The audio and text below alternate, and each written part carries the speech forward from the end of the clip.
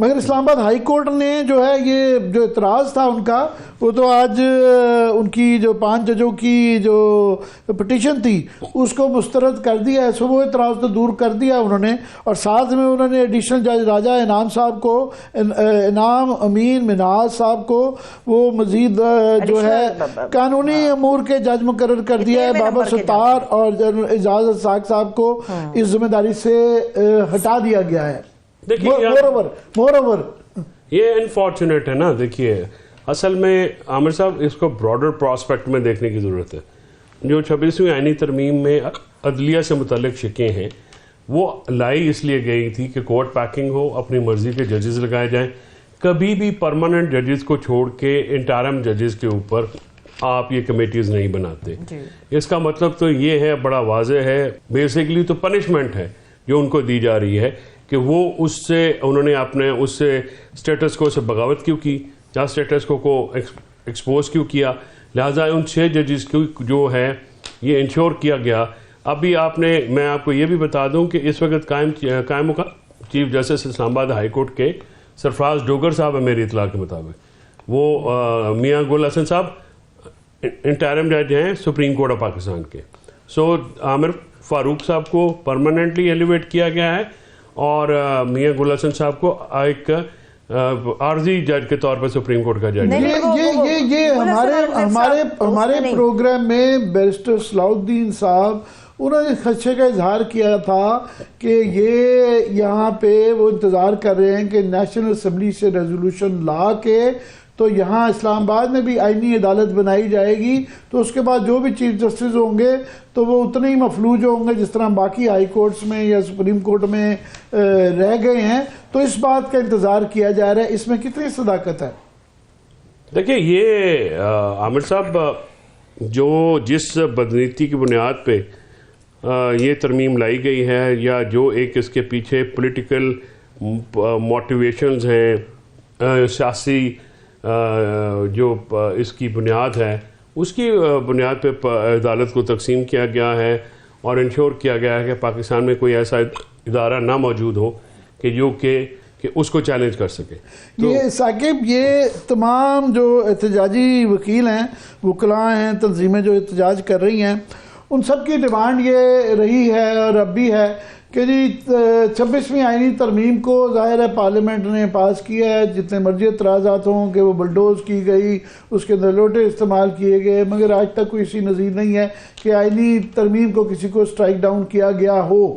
تو وہ ڈیمانڈ تو یہ ہے نا کہ فل کورٹ کروایا جائے. اب جو کہ نئے جج آ گئے ہیں, 6 لگ گئے ہیں, 2 غالباً لگیں گے, اور تو یہ اس کے بعد اب فل کورٹ ہو جائے گا. اور اگر سپریم کورٹ بھی فار ایگزامپل فل کورٹ جو ہے اس کی توثیق کر دیتی ہے 26ویں آئینی ترمیم کی, پھر تو کوئی راستہ نہیں رہ جاتا انٹیل کے فیوچر میں کبھی کوئی آئے نئی اسمبلی آئے, ان کے بعد 2/3 میجورٹی پارلیمان کے پاس ہو دونوں ہاؤسز میں, تو جا کے اس کو سٹرائک ڈاؤن کریں. تو یہ تو فیٹ کمپلائی ہو گیا. جی بالکل ہو جائے گا. بالکل اگر تو سپریم کورٹ کی فل کورٹ کی سٹیمپ لگ جاتی ہے 26ویں ترمیم پر, پھر تو یہ برقرار ہی رہے گی. اور اسی وجہ سے ایک جو نیا تنازع آنے والے دنوں میں ہمیں ہوتا ہوا نظر آ رہا ہے وہ یہ ہے کہ تمام جو درخواستیں 26ویں آئینی ترمیم کے خلاف دائر ہوئیں اس میں موقف یہ لیا گیا تھا کہ 21 اکتوبر سے پہلے جتنے ججز موجود تھے وہ چیف جسٹس یا قاضی فائز صاحب بھی تھے, وہ ریٹائر ہو چکے, باقی 16 بچتے ہیں. تو 16 ججز کی فل کورٹ جو ہے وہ 26ویں ترمیم کو دیکھے. تو اب حکومت کی جانب سے بھی, اور اس میں ڈیفینیٹلی جو سپریم کورٹ کے چیف جسٹس ہیں اور 2 ججز ہیں انہوں نے بھی اپنا جو ہے ووٹ دیا ہے. تو اب تعداد جو ہے وہ پہلے 16 ہے, اب مستقل ججز کی تعداد ہو گئی ہے 22. 2 ایڈ ہاک جج ہیں اور 1 عارضی جج جو وہ اس میں لگا دیے گئے ہیں. تو ٹوٹل یہ تعداد اب 25 بنتی ہے. اب دیکھنا یہ ہے کہ تنازع کیسے حل ہوگا. اگر آئینی بینچ جو ہے وہ یہ کہہ دیتے ہیں کہ ٹھیک ہے فل کورٹ سنیں, تو اب وہ فل کورٹ جو درخواست گزار ہیں وہ یہ امید لگائے بیٹھے ہیں کہ فل کورٹ 16 ججز کی سنیں, لیکن حکومت کا زور ہوگا کہ وہ جو ہے وہ فل کورٹ سارے ججز سنیں. پھر یہ بھی ہوگا کہ 22 مستقل جج ہیں, تو 22 فل کورٹ ہوگی, یا ایڈ ہاک اور عارضی جج بھی اس میں شامل ہوں گے, 25 ہو جائیں گے, یا اگلے دنوں میں 2 لاہور ہائی کورٹ سے 1 یا 2 لاہور, کیونکہ معاملہ ان کا ڈیفر ہوا ہے, وہ آ جائے. وہ کیوں ڈیفر ہوا ہے؟ اس کے پیچھے کچھ وجوہات نہیں سامنے آئیں ابھی تک جو آج کا اجلاس تھا کہ اس کے پیچھے کیا وجوہات ہے خاص وجوہات وہاں پہ پنجاب حکومت اور بار میں جو ہے پھٹا کہ کس کو ایلیویٹ کرنا ہے, اس کی وجہ سے وہ ڈیفر ہوئے.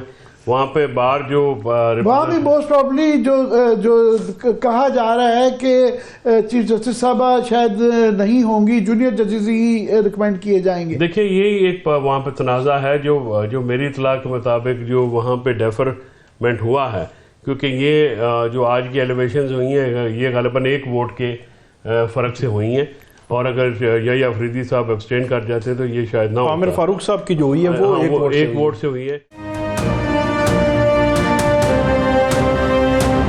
جی ثاقب, یہ جو میں اندیشے کا اظہار کر رہا تھا, سلمان اکرم رائے صاحب نے جو کہا کہ اب یہ فل کورٹ ہو جائے گا, تو یہ آپ سمجھتے ہیں کہ ایسا یہ ہوگا یا آئینی عدالت ہی 26ویں آئینی ترمیم کو سنے گی؟ نہیں, فل کورٹ اب تو ہو سکتا ہے کیونکہ 6 جج آ چکے ہیں, اگر 2 جج اور آ جاتے ہیں تو پھر تو سچویشن اور صورتحال ہی مختلف ہو جائے گی. تو فل کورٹ ہی سنے گا, یہ امکانات تو یہی ہیں. لیکن اس میں مسئلہ صرف وہی ہے کہ 16 اور 22 یا 24 جج سنیں گے یا 16 جج سنیں گے, کیونکہ وہ اب ججز جو آ رہے ہیں وہ 26ویں آئینی ترمیم کے بینیفیشری ہیں. اور یہ بڑا ایک جینوئن سوال تھا.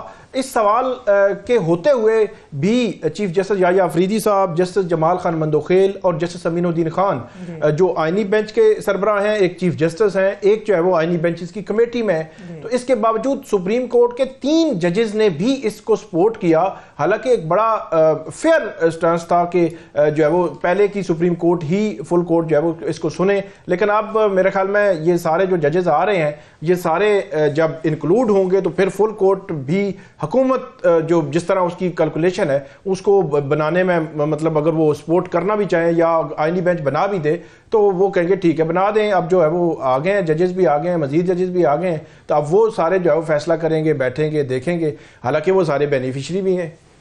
یہ پی ٹی آئی کا جو یہ لیگل فرنٹ کے اوپر آف کورس میں نے کہا جس طرح یہ سارے وکلاء جو ہیں اس کے اندر جو ایک بہت بڑی تعداد جو احتجاج کر رہے ہیں وہ پی ٹی آئی سے ان کا کوئی تعلق نہیں رہا ہوا.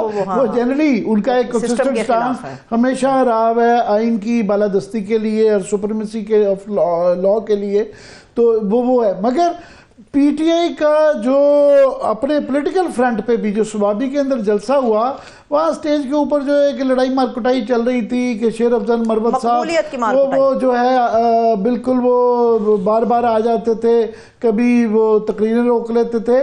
اور محمود خان اچکزئی صاحب وہ نظر آ رہا تھا کہ بڑے وہ بھی ڈسٹربڈ ہیں اس پہ کہ وہ اگر دکھا سکیں وہ کلپ جو ہے کہ علی مون گنڈا پور کی اس کے اندر کیا وہاں پہ ہو رہا تھا. ہم برے لوگ ہیں, برے وقتوں میں کام آتے ہیں, اچھے وقتوں میں اچھے لوگوں نے ہمارے لب سی دیے ہیں. میری زبان بولیں گے ہمارے شیر وزیر اعلیٰ سردار علی امین خان گنڈاپور. مجھے اس چیز کی سمجھ نہیں ہے کہ ہماری زبان میری زبان بولیں گے گنڈاپور صاحب, مطلب اس چیز کی مجھے سمجھ نہیں ہے. آپ صاحب یہ کلیئرلی وہاں پہ کوئی چھپی ہوئی بات نہیں رہ گئی کہ 2 دھڑے بن گئے ہوئے ہیں, ایک پرو اور ایک اینٹی علی امین گنڈاپور جو ہے, مگر اس کا ایک آپ جلسے کے اندر اپنی ایک تقسیم دکھا رہے ہیں. اور اس کے بعد جو یہ کلپ غالباً جو ہے علی امین گنڈاپور کی جو ہے جو آفیشیل سائٹ ہے اس پہ یہ ریلیز بھی کر کے اس کی تشہیر بھی کی گئی. تو یہ آپ اندر کی لڑائیاں نہیں آپ کی ختم ہو رہی, تو یہ باہر کیا لڑیں گے آپ؟ جی یہ میں سمجھتا ہوں کہ جو معاملہ اس سٹیج پہ ہوا وہ نہیں ہونا چاہیے تھا. اس کی وجہ یہ کہ اس کے آپٹکس اچھے نہیں جاتے, اور خاص کر جب عمران خان صاحب ایک چیز کہہ دیتے ہیں تو یہ ذمہ داری بنتی ہے لیڈران کی کہ اس جو عمران خان صاحب کا حکم ہو یا عمران خان صاحب کی جو انسٹرکشن ہے اس کو فالو کیا جائے. تو میں ذاتی طور پہ تو سمجھتا ہوں کہ یہ نامناسب بات ہے, اس کی ہینڈلنگ جو ہے وہ بہتر طریقے سے کی جا سکتی صاحب آپ کو ایکسپیکٹڈ تھا کہ مروت صاحب وہاں پر آئے ہیں تو یہ ایسا کچھ ہوگا, کیونکہ مروت صاحب بہت سارے ایسی معاملات کرتے رہتے ہیں, ایکسپیکٹڈ تھا آپ کو؟ میرے لیے وہ میں نے ان کو زیادہ توجہ کبھی بھی نہیں دی, میرا وہ کام نہیں ہوتا. وہ ہے دیکھیں یہ جو اس قسم کے جو معاملات ہوتے ہیں نا یہ ہر پارٹی میں اختلاف ہوتے ہیں. پارٹی میں اختلاف کوئی نئی بات نہیں ہوتی, لیکن یہ پارٹی کے خلاف اس طرح سے اسٹیجوں پہ یا میڈیا کی زینت نہیں بننے چاہیے. یہ ہمیشہ کمروں میں یا بیہائنڈ دا کلوز ڈورز میں بات ہوتی ہے اور وہیں پہ ہونی چاہیے. اختلاف ہونا تو کوئی بری بات نہیں ہے, لیکن اختلاف کا اس طرح سے اظہار ہونا میں سمجھتا ہوں وہ بڑا سا بات ہے. میں ایک اور ذرا تھوڑا سا ٹاپک کو بدلتے ہوئے کہ ایک اس وقت بہت بڑا ایشو ہے کہ پاکستان IMF کا جو ہے ایک ریٹیفیکیشن ہونی ہے کہ تاکہ ہمیں جو ہے نیکسٹ اس کی جو ہے ٹرانس مل سکے, اور ان کا ایک ڈیلیگیشن وہ آیا ہے. مگر ایک دفعہ پہلی دفعہ یہ ہوا ہے کہ IMF نے اس دفعہ جو ہے انہوں نے کہا جی وہ یہاں پہ Pakistan governance and corruption diagnostic assessment بھی کریں گے. اس کے لیے 19 منسٹریوں سے وہ مل رہے ہیں اور اس کے اندر وہ جوڈیشل کمیشن آف پاکستان سے بھی مل رہے ہیں, اور جس کے اندر وہ اس دفعہ فریڈم آف ایکسپریشن کے اوپر وہ بھی بات کریں گے, اور اشارے آ رہے ہیں کہ وہ ملٹری کورٹس اور جو ججز کی اپوائنٹمنٹس اس کی طرف بھی آئے گا. اور میں سن رہا تھا علی ظفر صاحب کو وہ کہہ رہے تھے کہ ظاہر ہے وہ اس کے ممبر ہیں پارلیمان کے, 2 جو ممبران ہیں ان میں سے ایک وہ بھی ہیں کہ ہم وہاں پہ بالکل ان کے ساتھ بات کریں گے. تو گورنمنٹ نے یہ ایگری کر لیا ہے اور اس پہ بڑی تنقید کی جا رہی ہے کہ جناب آپ نے IMF کا مینڈیٹ جو ہے وہ ایک اسٹرکٹلی اکنامک ہونا چاہیے تھا. یہ 19 منسٹریوں سے جو مل رہے ہیں, جوڈیشل کمیشن سے بھی مل رہے ہیں, تو یہ کیا وہ ہونے جا رہا ہے؟ میں فیصل آپ سے پوچھنا چاہوں گا کہ یہ کیا ہو رہا ہے. یہ جب ہم چھوٹے ہوتے تھے یا تو پیسے لیتے تھے ذرا ابو امی سے تو پتہ کرتے تھے کہ کدھر خرچ کر رہے ہو, پیسے لیتے تھے امی کون سی ٹافیاں کھا رہے ہو, کون سی آپ. تو یہ گندے بچے ہیں نا, یہ پیسے لے کے جو ہیں یہ کہیں اور لگا دیتے ہیں. تو پھر IMF والوں نے کہا کہ ہمارے پیسے ہی لاتے ہیں تو ادھر آئیں ذرا بتاؤ بیٹا کیا کھاتے ہو, کدھر لگاتے ہو. تو وہ جو پیسے دیتے ہیں عامر صاحب تو وہ پھر حساب بھی لیتے ہیں. تو ہمارا یہ کام ہے کہ ہم پیسے لینا چاہتے ہیں, ہم حساب نہیں دینا چاہتے. تو ہم سودے میں پیسے بھی بچانا مارتے ہیں, ہم ادھر بھی کاٹا مارتے ہیں. تو ہم یہ کہتے ہیں کہ جی ٹھیک ہے. یہ ان کے پتہ نہیں مینڈیٹ میں ہے یا نہیں کہ وہ اس کے اوپر چلے گا, اور حکومت یہ مان گئی ہے تو یہ مجھے سبھی لوگ حیران ہیں. مگر یہاں پہ میری کچھ لوگوں سے بات ہوئی, انہوں نے کہا جی وہ اس لیے ان کا تھوڑا سا مینڈیٹ بڑھ جاتا ہے کیونکہ ان کے جو مین ڈونرز ہیں وہ UK, امریکہ اور EU ہے. اور EU کیونکہ پہلے ہی GSP+ کے حوالے سے وہ سٹرکچرز پاس کر چکے ہوئے ہیں کہ آپ نے پروٹوکول سائن کیے ہوئے ہیں کہ آپ یہ ملٹری کورٹس کے حوالے سے بھی اور آزادی اظہار کے حوالے سے بھی, تو آپ ہمیں فار گرانٹیڈ نہ لیں. اس طرح UK اور امریکہ کے بھی جو ہے جو کہ مین وہ ہے. تو یہ کیا پولیٹیکل پریشر ہے یا اکنامک ریزنز ہیں؟ ثاقب میں چاہوں گا کہ آپ ذرا بتائیں کہ یہ لیگل سرکلز میں اس کو کیسے دیکھا جا رہا ہے. یہ ہم اب تقریباً 3-4 ماہ سے پاکستان میں ایک بہت بڑے پیمانے پہ یہ ڈیبیٹ ہو رہی ہے انڈیپینڈنس آف جوڈیشری کے حوالے سے, عدلیہ کو ماتحت کرنے کے حوالے سے, عدلیہ پر کنٹرول بڑھانے کے حوالے سے کہ 26ویں آئینی ترمیم ہوئی, مختلف قسم کی قانون سازی ہوئی. تو یقینی طور پر جو رول آف لا ہے, انڈیپینڈنس آف جوڈیشری ہے, وہ بھی جو معاملات زندگی ہیں خاص طور پر حکومت کے ایگزیکٹو کے ان کے ساتھ جڑے ہوئے ہیں. اگر کوئی چیک اینڈ بیلنس رکھنا ہے تو وہ عدالتیں ہی ہیں. عدالتیں اگر آزاد نہیں ہوں گی, جج آزاد نہیں ہوں گے, وہ انڈیپینڈنٹ مائنڈ اپلائی نہیں کر سکیں گے, اور جو جج ہے وہ حکومت خود اپنی مرضی سے جو ہے وہ تعینات کرے گی, چیف جسٹس تعینات کرے گی, بینچز خود بنائے گی, تو وہ فیصلے بھی پھر انڈیپینڈنٹ نہیں ہو سکتے. تو وہ جو چیک اینڈ بیلنس حکومتی پالیسیز پر ہے مختلف حوالوں سے, وہ چیک اینڈ بیلنس جو ہے وہ نہیں ہو سکتا اگر جوڈیشری اور عدلیہ جو ہے وہ آزاد نہ ہو. تو میرا خیال ہے اس تناظر میں وہ اس کو دیکھ رہے ہیں. باقی رول آف لا کے حوالے سے بھی جو بات ہوئی ہے وہ بھی پچھلے 1-1.5 سال میں 2 سال میں ہم دیکھ رہے ہیں کہ یہاں پہ بہت کمی ہے. جو قانون کی حکمرانی کی اگر کوئی بات کرتا ہے تو میرا نہیں خیال کہ قانون کی حکمرانی موجود ہے. قانون کی حکمرانی ہمیں نظر نہیں آتی, عدلیہ آزاد نظر نہیں آتی. باقی جو ہے وہ عدلیہ کی آزادی کس طرح چھینی گئی, کس طرح جو ہے وہ پھر آئین کا بنیادی جو سٹرکچر ہے اس میں جو تبدیلی کی گئی یہی عدلیہ کی آزادی کے حوالے سے. یہ چیزیں جو ہم پچھلے 1.5 ماہ سے دیکھ رہے تھے کہ جو سفارتی حلقے ہیں وہ بھی مل رہے تھے کورٹ رپورٹر سے بھی, اور اس قسم کی وہ خبریں لے رہے تھے کہ یہ کیا چل رہا ہے عدلیہ جوڈیشری کے حوالے سے, کیا چیزیں چل رہی ہیں. تو اب ایسے لگتا ہے کہ یہ جو مشن آیا ہے یہاں پہ وہ جو اسیسمنٹ لینا چاہ رہے ہیں, اب اگر وہ سپریم کورٹ کے ججز سے ملیں گے یا جو ہے وہ باقی جو ممبران سے ملیں گے جسٹس علی ظفر اور جو بیرسٹر گوہر یا باقی لوگوں سے, یا اگر جو ہے وہ آزادی اظہار رائے کے حوالے سے صحافیوں سے ملیں گے, تو ان کو ڈیفینیٹلی وہی چیز بتائی جائے گی جو ایکچولی یہاں پہ ہے اور جس کی کمی ہے. عدلیہ آزاد نہیں ہے, آزادی اظہار رائے پر قدغنیں لگ رہی ہیں. تو اس کا بڑا ایک تناظر ہے. اگر یہ نہیں ہوگا, جو میڈیا اگر آزاد ہوگا, میڈیا جو ہے وہ نظر رکھے گا حکومتی اقدامات پر, ان کو ہائی لائٹ کرے گا. اگر آزاد نہیں ہوگا تو وہ ہائی لائٹ بھی نہیں کرے گا. بریک سے واپس آ کے اس کے اوپر ڈیٹیل میں گفتگو کرتے ہیں. ویسے علی ظفر صاحب کا جو حوالہ ثاقب نے دیا اور عامر صاحب آپ نے دیا, اس میں انہوں نے کہا کہ اگر ہم سے وہ ڈیلیگیشن ملاقات کرے گا تو جو کچھ بھی سچ ہوگا ہم تو صرف سچ ہی بتائیں گے. ایک چھوٹا سا بریک لے لیتے ہیں, جب بریک سے واپس آئیں گے تو یہیں سے گفتگو کا سلسلہ آگے بڑھے گا. اسٹے وتھ اس.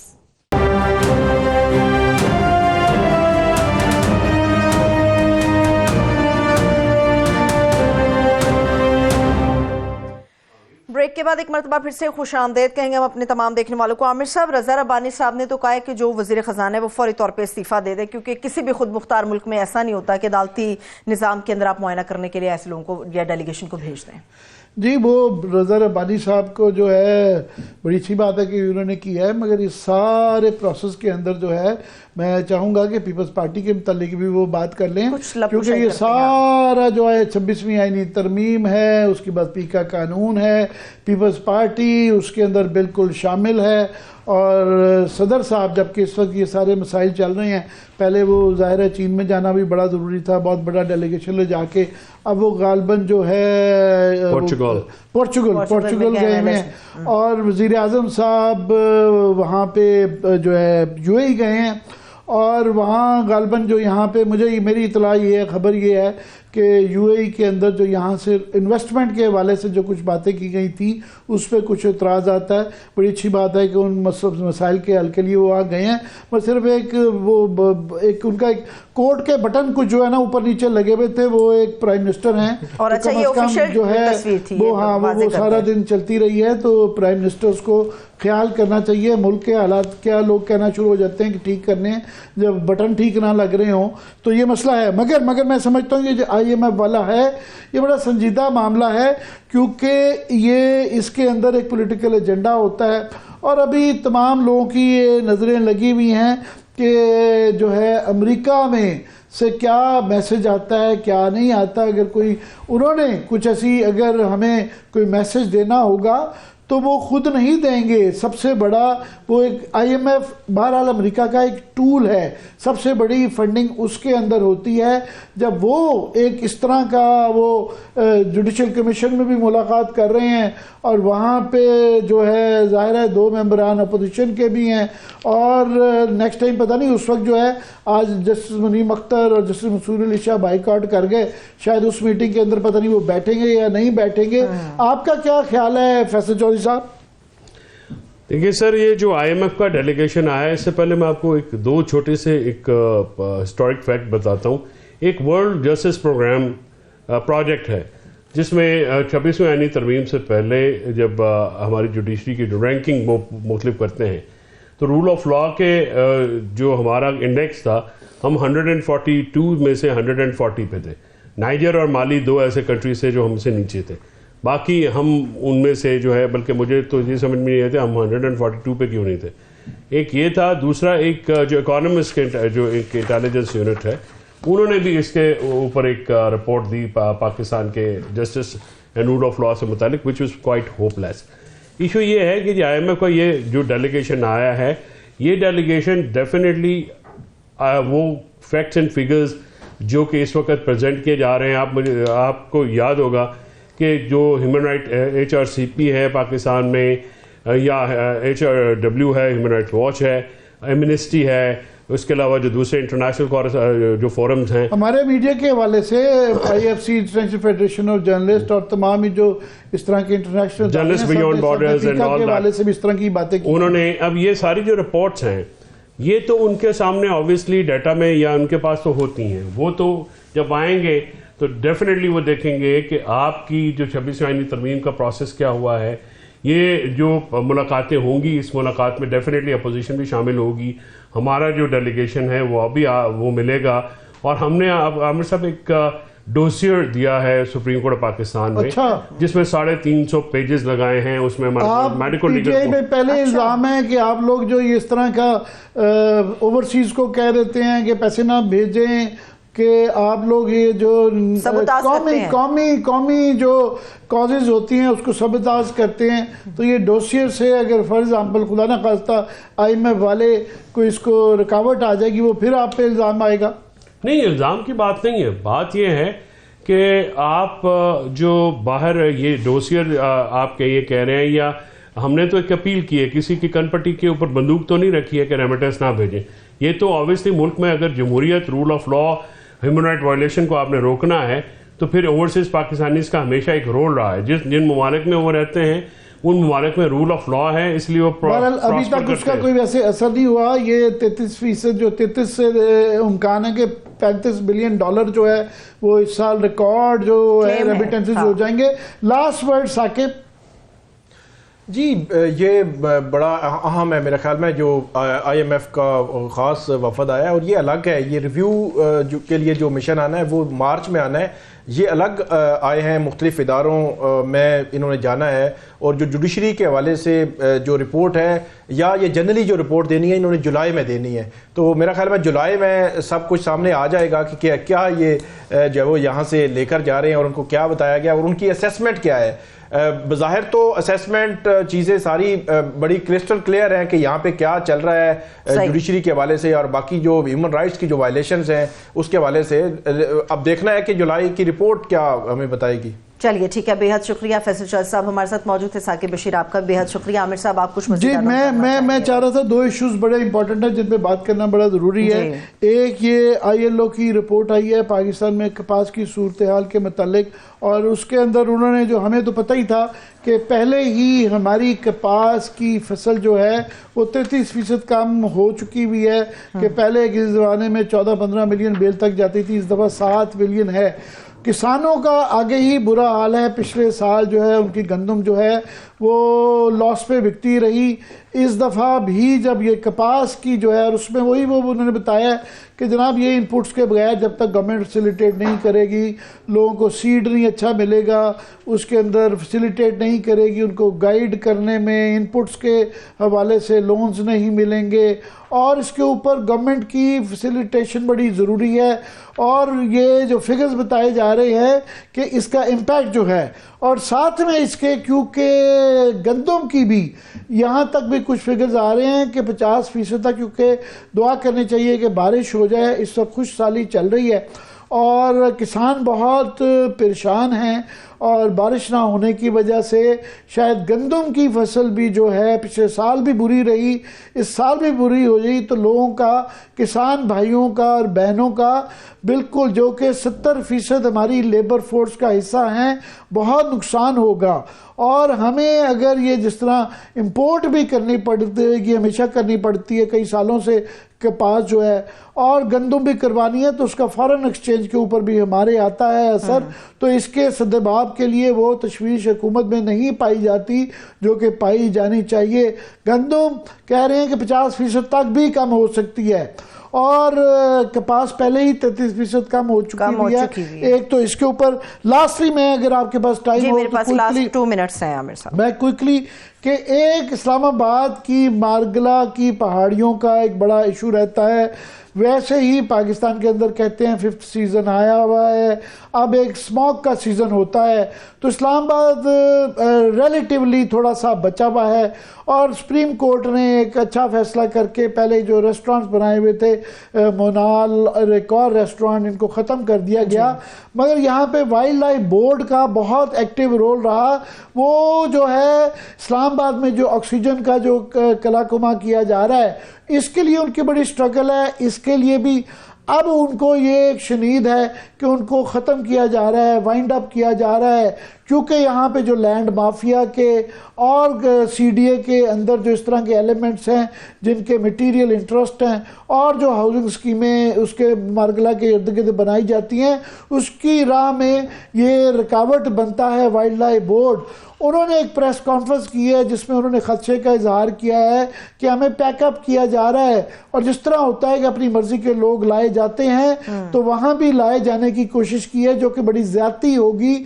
پہلے ہی اسلام آباد میں مارگلا کو بچانے کی ضرورت ہے, فارسٹ کو بچانے کی ضرورت ہے, اس کا ماسٹر پلان بنانے کی ضرورت ہے اور یہ وائلڈ لائف بورڈ اس طرف گامزن تھا کہ بن جائے, یہ کلیئر ہو جائے کیونکہ یہاں پہ ماسٹر پلان نہیں ہے, یہ نہیں پتا کون سا سی ڈی اے کی زمین ہے, کون سی گرین ایریا ہے, کون سا گرین ایریا نہیں ہے. یہ اس کے اوپر بہت زیادہ کام کر رہے تھے مگر اب یہ ہوگی تو ہم بھی اس کے لیے کام کریں گے اور انشاءاللہ کلائمیٹ ایک بہت اچھا, ہم پوری دنیا میں شور مچاتے ہیں تو اسلام آباد کے لیے بھی بڑا امپورٹنٹ ہے کہ اس کے لیے آواز اٹھاتے رہیں گے. بالکل, بہت شکریہ, تھینک سو مچ عامر صاحب. دیکھنے والوں کا بھی شکریہ, اجازت دیجیے, اپنا بہت سا خیال رکھیے, خدا حافظ.